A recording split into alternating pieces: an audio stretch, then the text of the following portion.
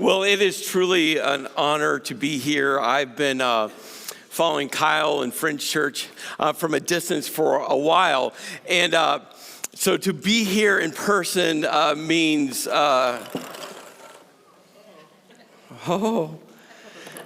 means so much to me to be here and just to be able to hang out with all of you today. And right now, some of you are wondering, oh, thank you. You're awesome. You're hired.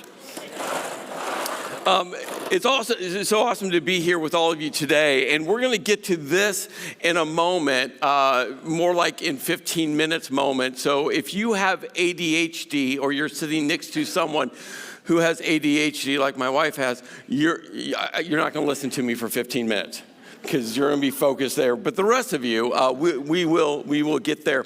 Before we jump into the second part of the series, To the Future, I just wanted to spend a couple quick moments just so you could maybe get to know me a little bit. Like Kyle said, my name is Chris. I lead an incredible group of churches in the middle part of Pennsylvania. And it's been an incredible journey and season there. I'm married, and this is actually a picture of my family. And my wife is there. She's the shortest one out of everyone. And it's okay. She understands that she's vertically, it's not like I'm tall. But we've been married. It'll be 28 years in 2 weeks. 28 years. And when people ask me, Chris, like 28 years, what's the secret? I just simply tell people, like, when you marry your best friend, the life journey, the mountaintop moments and the valleys, you can get through anything together when you're with your best friend. My oldest daughter, Kiera, she's at the end. She's the tallest of all of us. She just got married August 9th. Let's have a moment of silence for you. Can clap, but it's been a blink. If you're a dad and you have a daughter and she's gotten married, you feel my pain. I had the opportunity not just to walk Kiera down the aisle as a dad, but I also officiated the wedding. Whew. She had one request for me. She said, Dad, I want you to officiate my wedding, but here's the one thing you can't do. You can't cry. I'm like, yeah, right. But I did pretty good. I sucked up most of my tears. And then my youngest daughter, Claire, she's standing right next to me. She's 19. She's going to college, Liberty University online. And she's a barista, and she's an intern at her church. And she drove over with me and has been hanging out with me the last couple days here. And so it's been so fun for her and I just to have some time together. But at the epicenter of her family, the individual that controls our family, the individual that our entire family revolves around is Lola.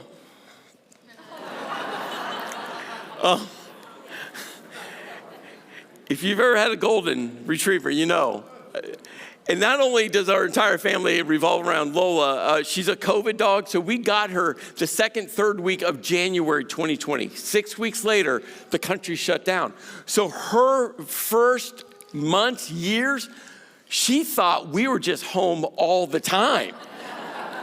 She still doesn't realize that, no, we have to go to work. We have to leave the house. It's a really interesting thing, but she literally controls our entire house. Well, last week, Kyle kicked off this series, To the Future. And one of the things he shared was that the core value that really helps drive the mission of Fringe Church is generosity. The mission being this: we're here to help the family of God grow in their faith, find freedom, and build a better future. And I don't know for you, but here's what I do know. All of us have come from, a spiritual journey.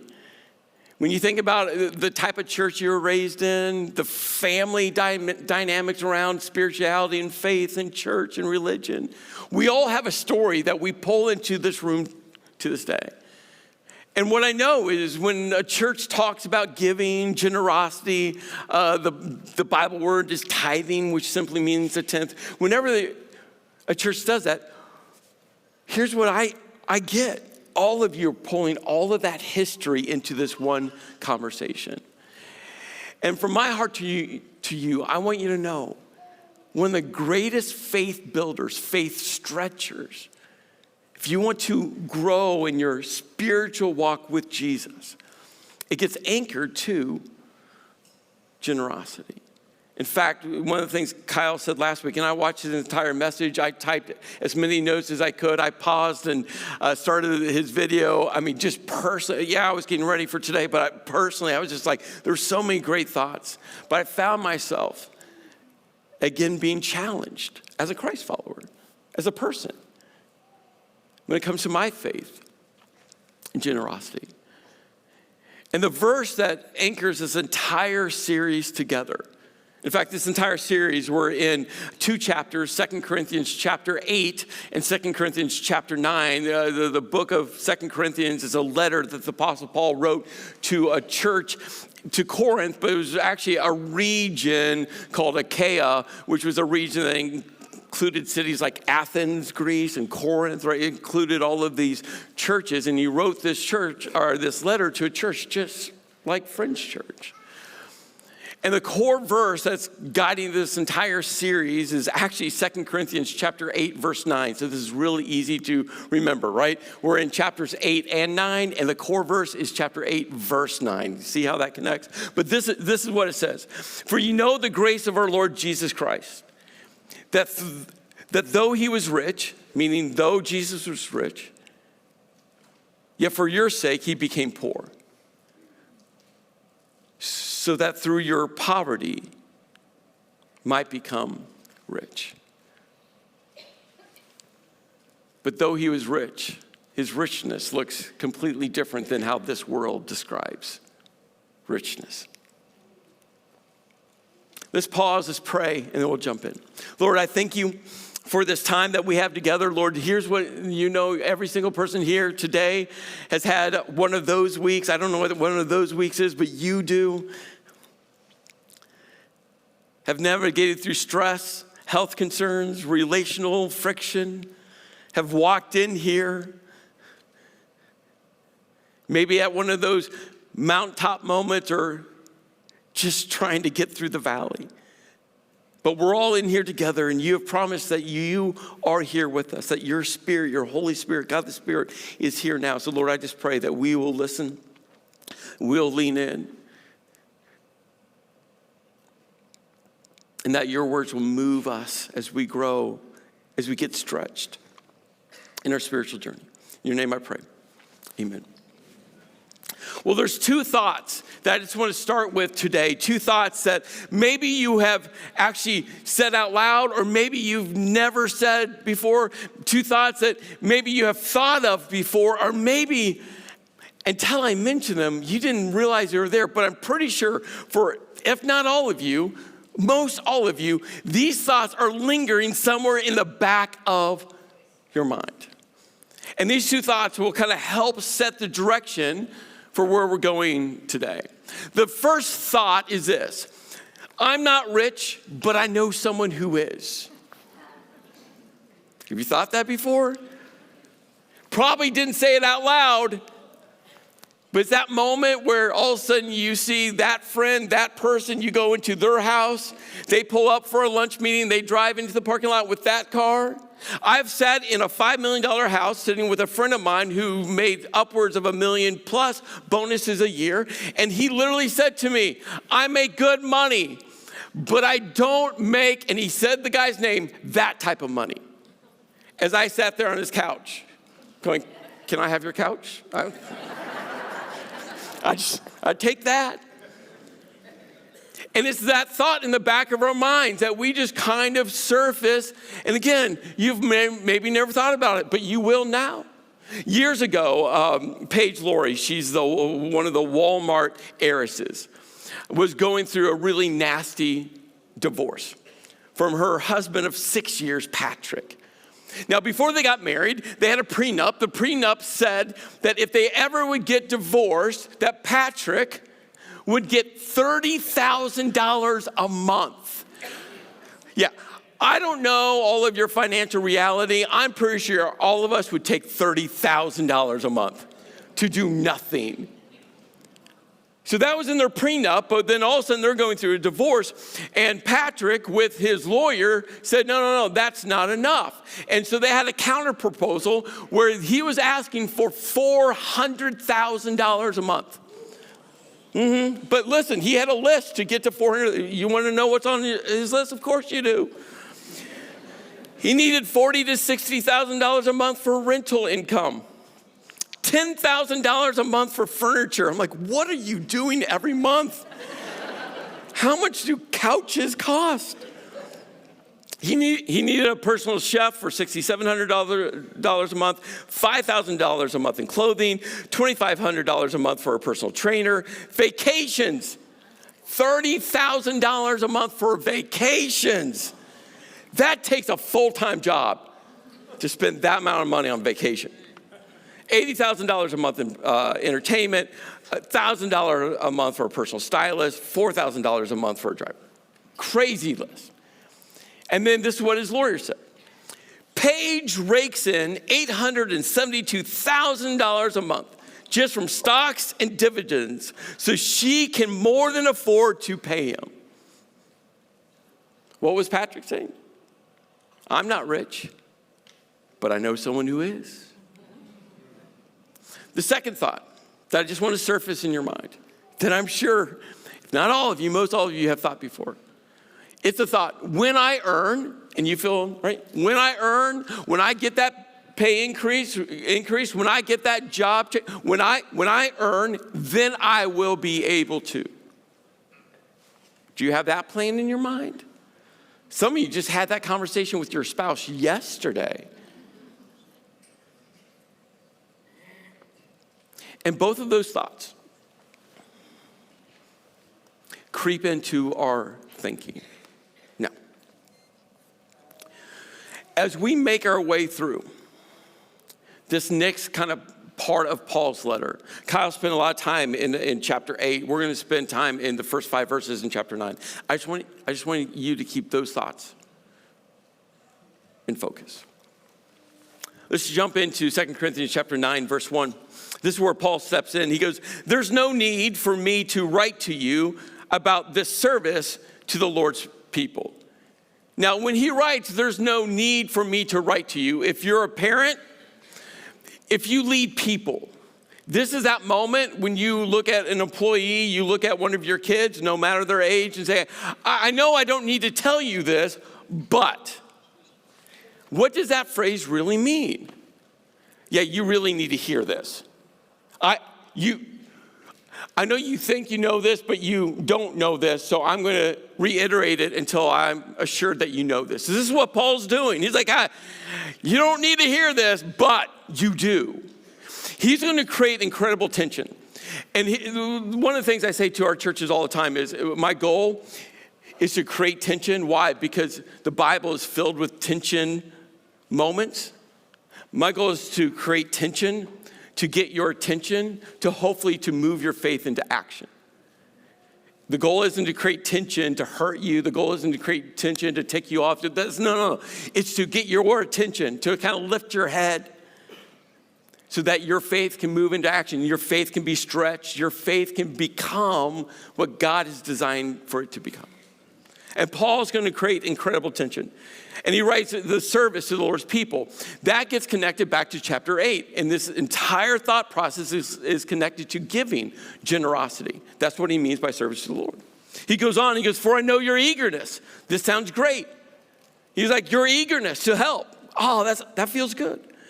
And I've been boasting about it to the Macedonians. Remember the Macedonians, Macedonia was another region, bunch of cities, bunch of churches, and they were going through 2 really intense things. One was incredible poverty had hit that region, and the church was experiencing persecution. And so Paul pulls in the Macedonians who were they were going through a dark, difficult valley. He goes, but you're eager. And I've been boasting about it. Paul's saying, I've been sharing, hey, churches in Corinth, churches in the region of Achaia. I've been sharing your story, your eagerness with the Macedonians, telling them that since last year, you in Achaia, again, that's the region, were ready to give. And your enthusiasm, can you feel that? It's so positive, has stirred most of them to action. Again, Paul was saying, hey, I've been sharing your story, your eagerness, your enthusiasm with the Macedonians, and it's creating action. They're moving into action when it comes to giving and generosity. And Paul writes, it stirred them. Now, I love this word stirred. It's this ancient Greek word. It can kind of have a negative connotation. It can mean to provoke, right? It can mean to irritate. But there's another meaning attached to it. Now, again, this might create a little tension with you, especially depending on how you grew up and the type of church you grew up and how the church handled money and giving and all that. The other definition that gets a line connected to stirred is to stimulate competition. You feel that? Some of you were raised in a house where you were never supposed to talk about giving. That's private. And Paul goes, has stirred, has provoked, has irritated, has stimulated competition, them into action. But I'm sending the brothers. What? He's like, hey, by the way, I'm sending a group of people, the brothers. Who are they? We don't know. It's a group of people. In order that our boasting about you in this manner should not prove hollow. Again, Paul's like, hey, you were eager, you were enthusiastic, you were excited to give. I'm not sure if you're actually going to give. So I'm going to send some people so that the actions aren't hollow, but that you may be ready, as I said you would be. For if the Macedonians come with me and find you unprepared, Paul's like, if I show up with this whole group of people from the churches in Macedonia and they're ready to give, they have their offering with them and they show up and I show up and all of a sudden you're not ready to give, you're unprepared to give, you're not willing to give, we, not to say anything about you, would be ashamed of having been so confident. So I thought it necessary to urge the brothers to visit you in advance and finish the arrangements for the generous gift you had promised. Promised. Not only were they eager and enthusiastic, they promised. Then, Paul writes, then it will be ready as a generous gift, not as one grudgingly given, not as one squeezed out of you, not as one wrung out of you. I don't want to pull it out of you. I want your eagerness, your enthusiasm to move into action like you promised. Now, you feel all that tension? I mean, Paul says, raising the tension again with the heart to get your attention, to get their attention, to get mine, get your attention, to move into action. Now, the tension is real in all of us. I just want you to know that. The tension when it comes to giving money is a real tension in all of us. Have you ever thought about what creates that tension within all of us? I mean, Paul, he couldn't be any clearer here about the reality that they wanted to. He wasn't sure if they were actually going to give. Have you ever wondered why there's this tension when it comes to the church and money?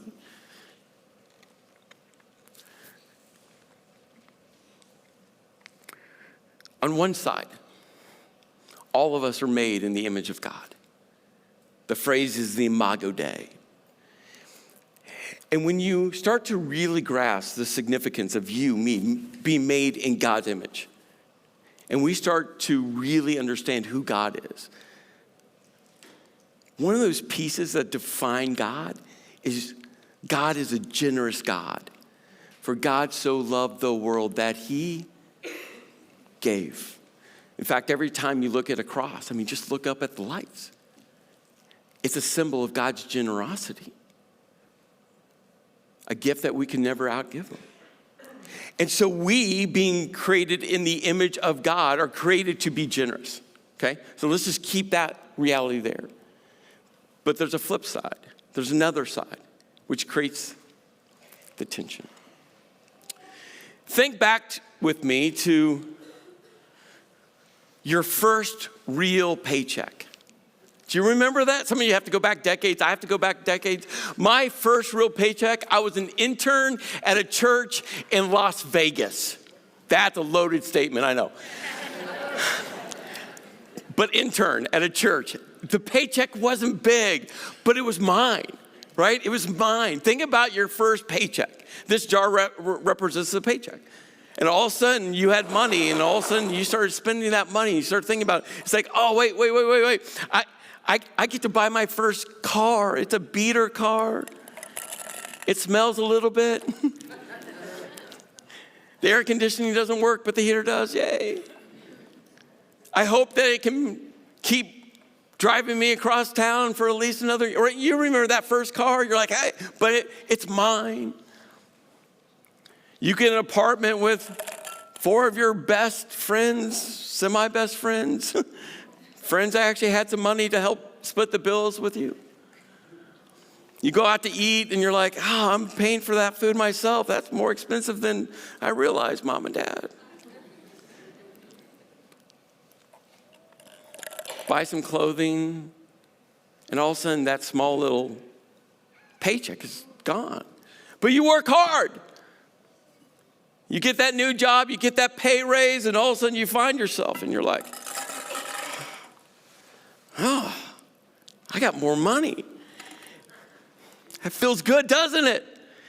But you look at that beater car and all of a sudden you're like, but I've worked hard for this. I could buy myself a new car that doesn't smell, with heated seats, because it's Cleveland and it's going to snow tomorrow.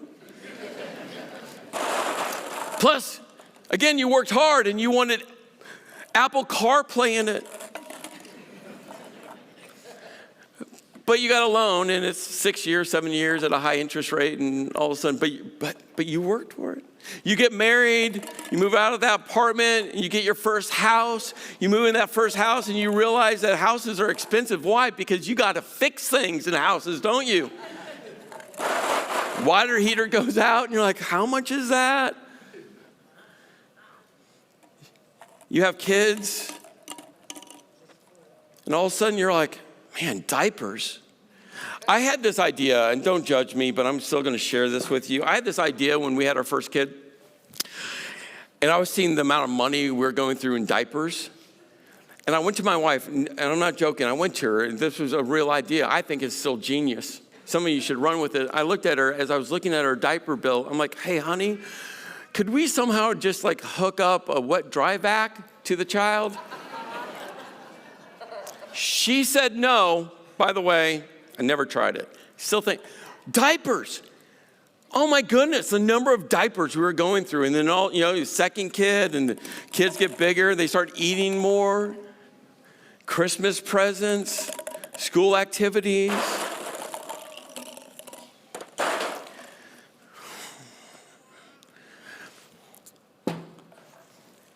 Your spouse gets a pay raise, you get a pay raise.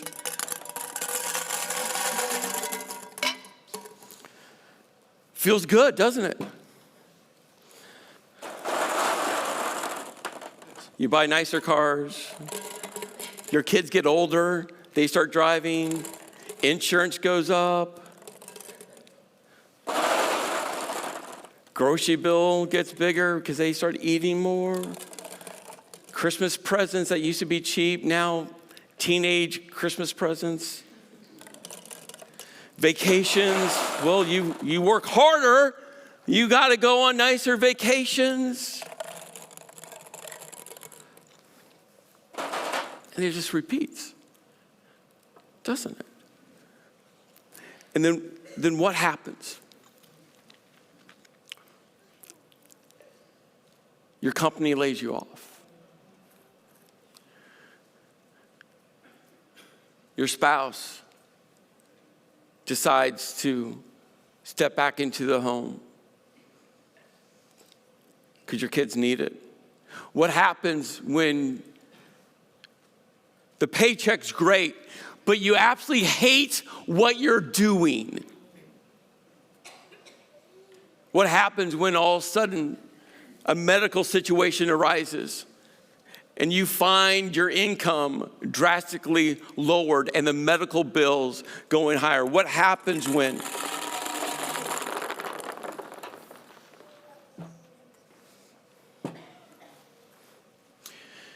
But yet we keep repeating the cycle. I haven't even talked about saving. I haven't even talked about giving. I had a list of statistics, but you can Google them. The average American, how much they save or have saved. The average American, how much they have in retirement. The average American, what they give to charity, let alone the church. You can Google it. I haven't even talked about that.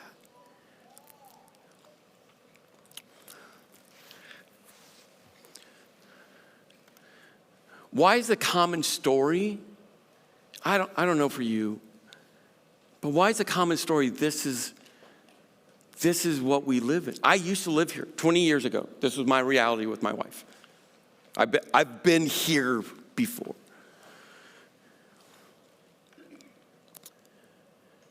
We're made in the image of God, the Imago Dei. But what causes this? Jesus said it.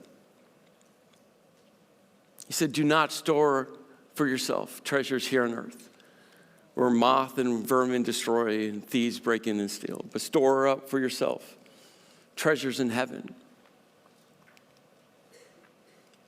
where moth and vermin do not destroy and where thieves do not break in and steal. For where your treasure is, there your heart will be also. But Jesus didn't stop there. Just a couple thoughts later, he goes on. He goes, you cannot serve two masters. You'll either love one and hate the other, or hate one and love the other. You'll either be devoted to one and despise the other, or you'll despise the other and be devoted to one.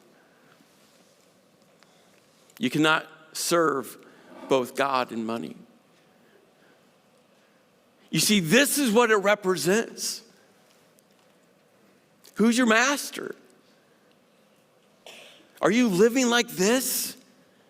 I'm just telling you, it's your master. You'll have a list of reasons why it's not. We as human beings, I'm a human being, by the way, we are so good at talking ourselves out of our reality. I'm just telling you. What God says,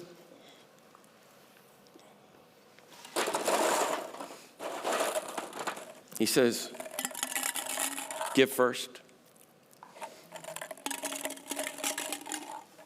save next. Just live off the rest. If you do that, that will start to answer the question who your master is. And you'll stop the cycle that so many people are living in. Spend it all. And then wonder why it keeps repeating. This is the order. You give first, you save next, and then God goes, see, you get the rest. That's amazing.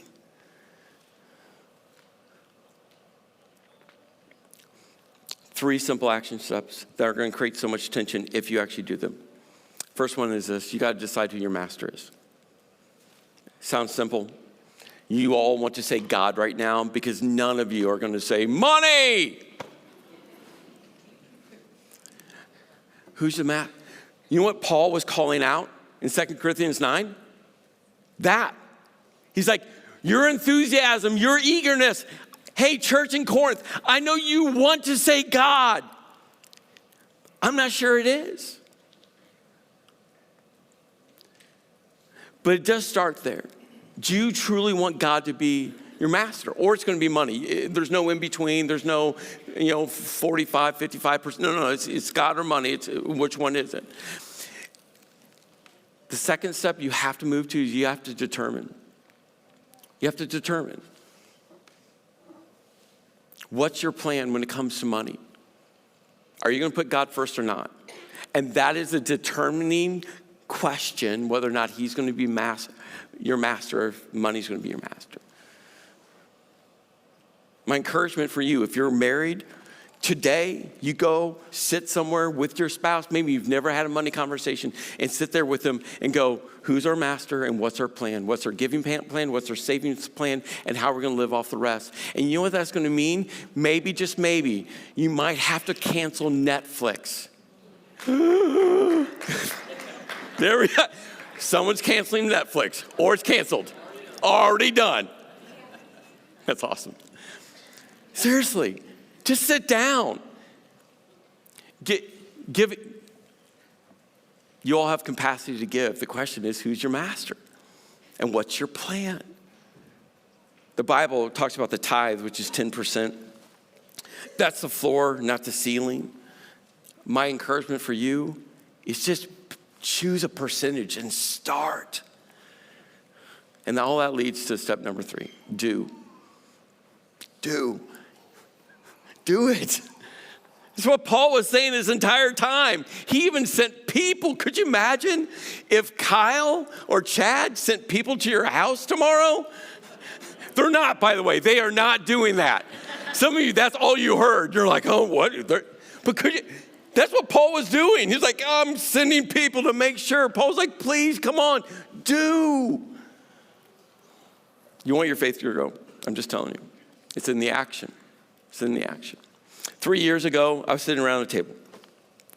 And our churches are in smaller towns in Pennsylvania. Our economic reality is vastly different.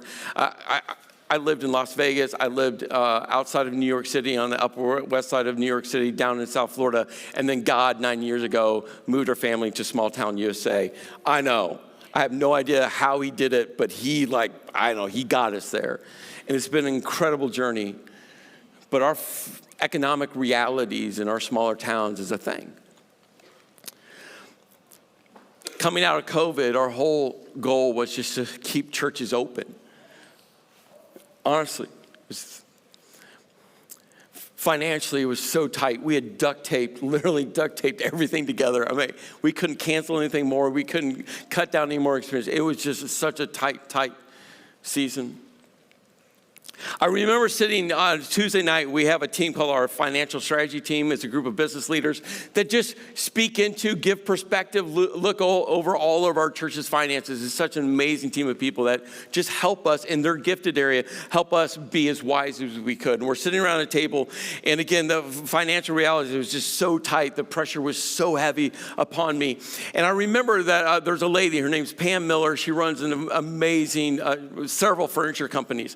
And she was sitting towards the end of the table, and she asked this question. She said, if we could bring back one thing, throughout COVID and after COVID, there's a list of things that churches just stopped doing. She goes, if we could bring back one thing that we stopped that would create the most catalytic growth within our churches, what would that be?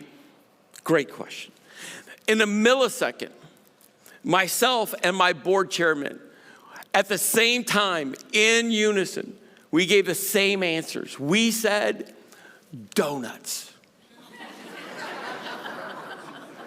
Now, context to donuts. When I stepped in as lead pastor 9 years ago, it was because the founding pastor of Tri-County Church, he was 52, he was on a trail run, and he tragically died. So I stepped into a grieving church, which I had no idea how to lead through a grieving church. But when I got there, one of the things that I discovered was every weekend they gave away donuts to everyone. And the church had continued, they started the church, a small group of people, coffee and donuts, and they just kept on giving away donuts. It became part of, but in COVID, we stopped donuts for two reasons. One is like we just didn't want all those grimy hands all over the donuts. But they're so expensive.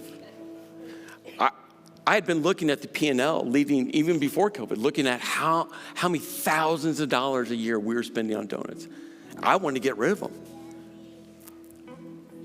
And when she asked that question, my board chair and I, again, at the same exact moment, we said donuts. Why?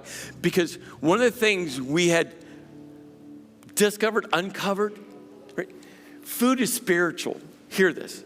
Food is spiritual. It connects. It unites. First Church, Acts chapter 2, had a meal. Jesus, disciples, called it the Lord's Supper. It was a meal. There's something spiritual that connects food. And in that moment, we said donuts, but within me, I knew the line item, how many thousands of dollars for all of our churches that would cost. And we didn't have it in the budget. There's no way.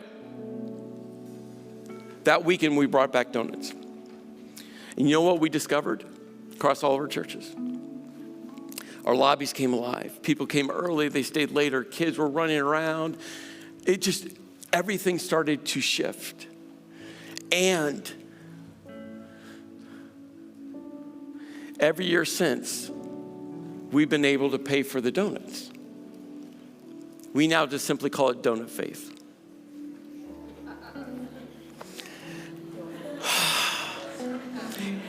And I know next week you're all going to be like, hey, we want donuts. That's what I hope for you, is to have donut faith. It's not going to make sense. Hey, church, it's not going to make sense. The math might not add up, but I'm telling you, when you put God first, when you put God first, I'm just telling you, watch what will happen in your faith journey. Watch what will happen within your family. Watch what will happen with you. I'm just telling you, when you trust God and actually not just call him your master, live according that he is your master. I'm just going to ask you all to stand right now. And I just want to pray over you. Lord, I just pray right now. I pray for every person that they'll lean into the tension. Lord, I pray for husband and wives. I know that the money talk can create interesting, unique tensions within a marriage. Lord, I pray for their marriage right now. I pray that when they sit down and have this conversation, that your spirit will just draw them together, that they'll lean into your spirit, into each other to have that conversation. For those that are going to have to maybe bring in a mentor to help them, or they go sit at a coffee shop with their notebook and start writing out a plan. Lord, I pray for every person here. Not only will they say you're their master, that they will develop a plan that reflects that truth. Lord, may we all have donut faith, that we trust you first, with our money to keep you number one in our lives. In your name I pray, amen.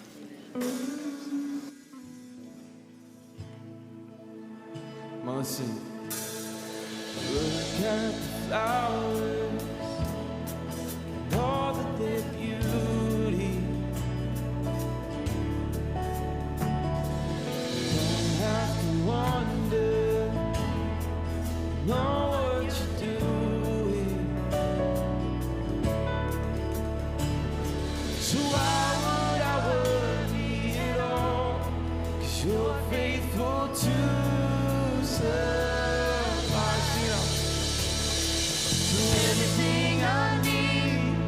Everything I need, I know my Father has it.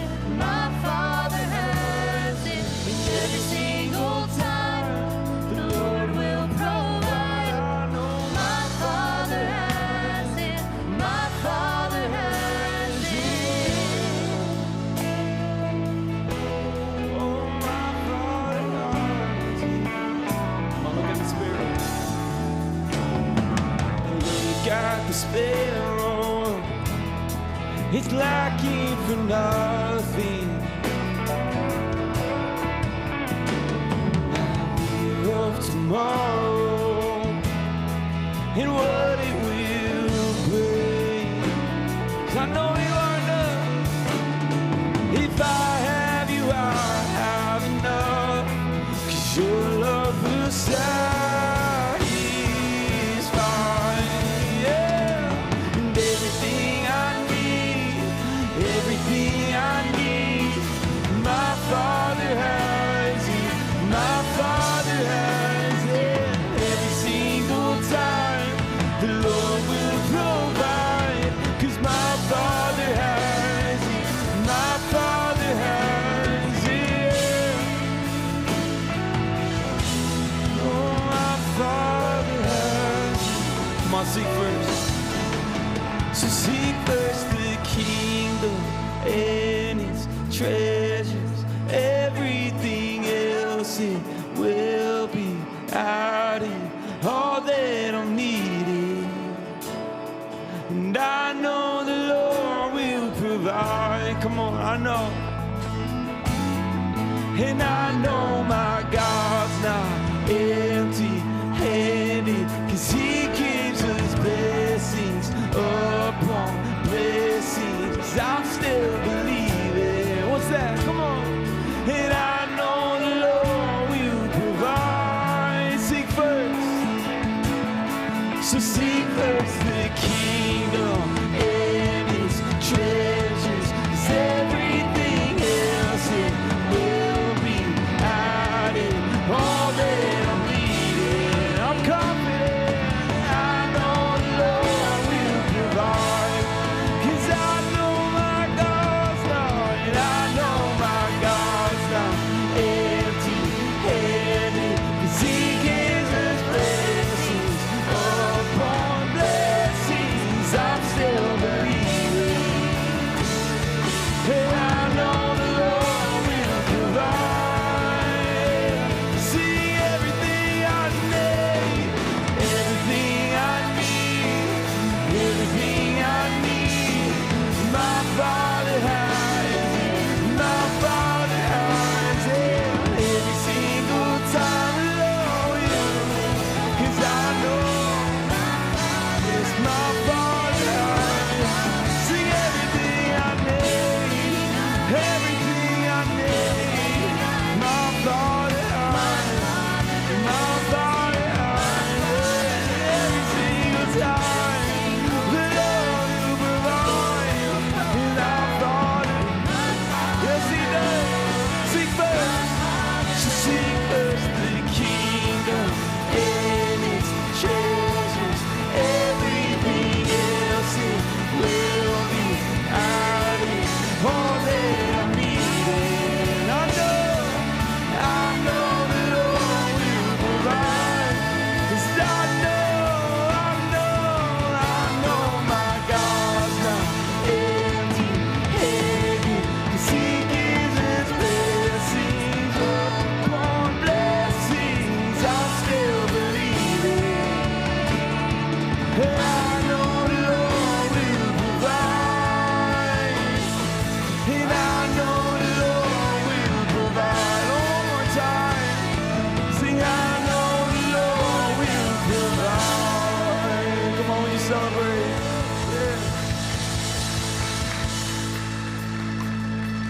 I do love this part of our service. I mean, yeah, we get to go home now.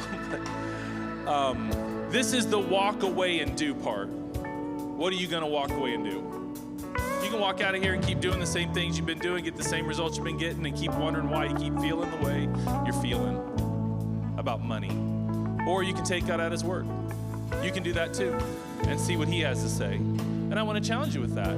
In the seat back in front of you, we got a 90-day generosity challenge. There might be some left, there might not be some left. There's a QR code on the back. You can scan it. You say, hey, I'm gonna be generous for the next 90 days.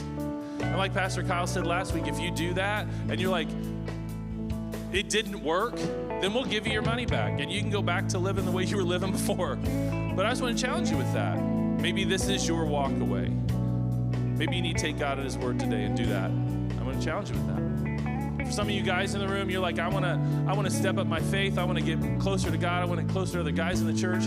Well, I want to invite you into the Game Changer Challenge. We're a few days into it, about 7, 8, 9 days into it now. There's a few more days left. We're going through the 30th of November. We're going to be just talking about gratitude. You're going to get a text every day. You're going to get some challenges every day to challenge your faith, to step, to work out, to grow in your faith, to pray, to serve someone. I want to challenge you to sign up for that. You can text Game Changer to the number behind me on the screen and get signed up for that. You'll get a text tomorrow morning at 6:30 to challenge you with that. And then Christmas is here. We got a Christmas tree in our lobby. It's crazy. It's Christmas. Here's my Christmas tree. It's in the basement, and I just set it up in there. It's already decorated. I never take the decorations off, but that's me. So we got one in the lobby. We want to decorate our church on November 22nd. If you'd like to help us decorate, there's a QR code behind you. You can scan. You can sign up in the lobby to help us decorate. November 22nd, it's a Saturday, and we'll get our building ready for Christmas. I hope you have a great Sunday. We do not have donuts. We'll see you next week.